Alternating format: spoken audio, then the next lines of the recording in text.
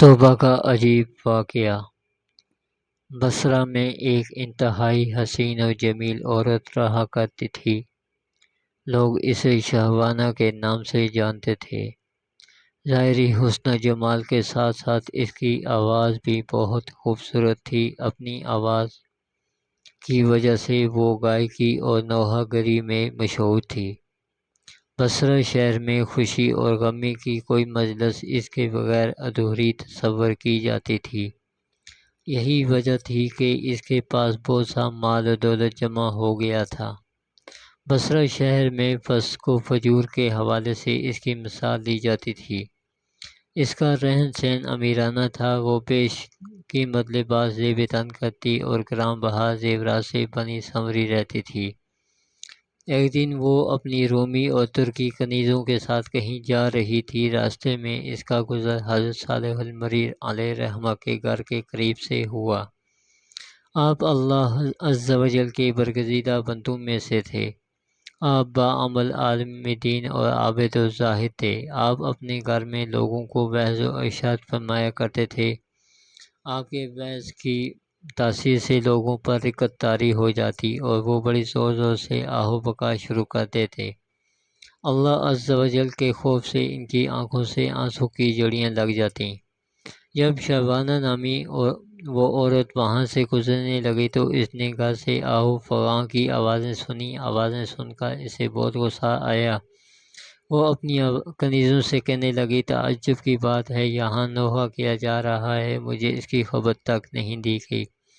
پھر اس نے اپنی ایک خادمہ کو گھر کے حالات معلوم کرنے کے لیے اندر بھیج دیا۔ وہ لونڈی اندر گئی اور اندر کے حالات دیکھ کر اس پر بھی خدا عز و جل کا خوف طاری ہو گیا اور وہیں بیٹھ گئی۔ جب وہ واپس نہ آئی تو شہوانہ نے کافی دیر انتظار کے بعد دوسری اور پھر تیسری لونڈی کو بھی اندر بھیجا، مگر وہ بھی واپس نہ لوٹی۔ پھر اس نے چوتھی خادمہ کو اندر بھیجا جو تھوڑی دیر بعد واپس لوٹ آئی اور اس نے بتایا کہ گھر میں کسی کے مرنے پر ماتم نہیں ہو رہا بلکہ اپنے گناہوں پہ آہ و بکا کی جا رہی ہے۔ لوگ اپنے گناہوں کی وجہ سے اللہ عز و جل کے خوف میں رو رہے ہیں۔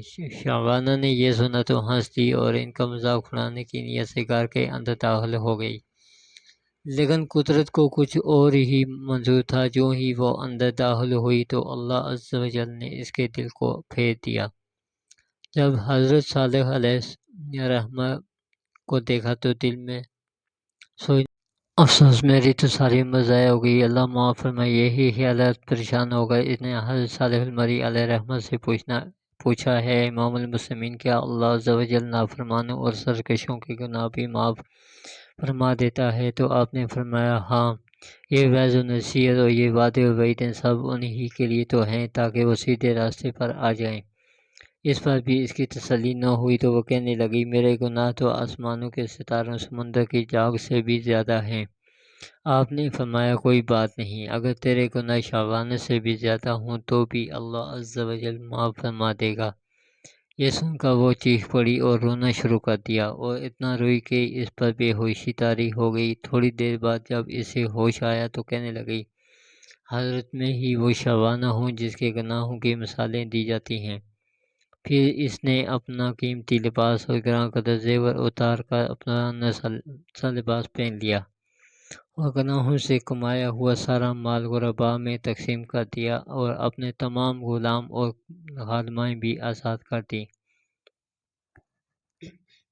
پھر اپنے گھر میں مقید ہو کر بیٹھ گئی۔ اس کے بعد وہ شب و روز اللہ عز و جل کی عبادت میں مصروف رہتی اور اپنے گناہوں پر روتی رہتی اور ان کی معافی مانگتی رہتی۔ رو رو کر رب عز و جل کی بارگاہ میں التجا کرتی، اے توبہ کرنے والوں کو محبوب رکھنے والے اور گناہ گاروں کو معاف فرمانے والے، مجھ پر رحم فرما، میں بہت کمزور ہوں، تیرے عذاب کی سختیوں کو برداشت نہیں کر سکتی، تو مجھے اپنے عذاب سے بچا لے اور مجھے اپنی زیارت سے مشرف فرما۔ اس نے اسی حالت میں 40 سال زندگی بسر کی اور انتقال کر گئی۔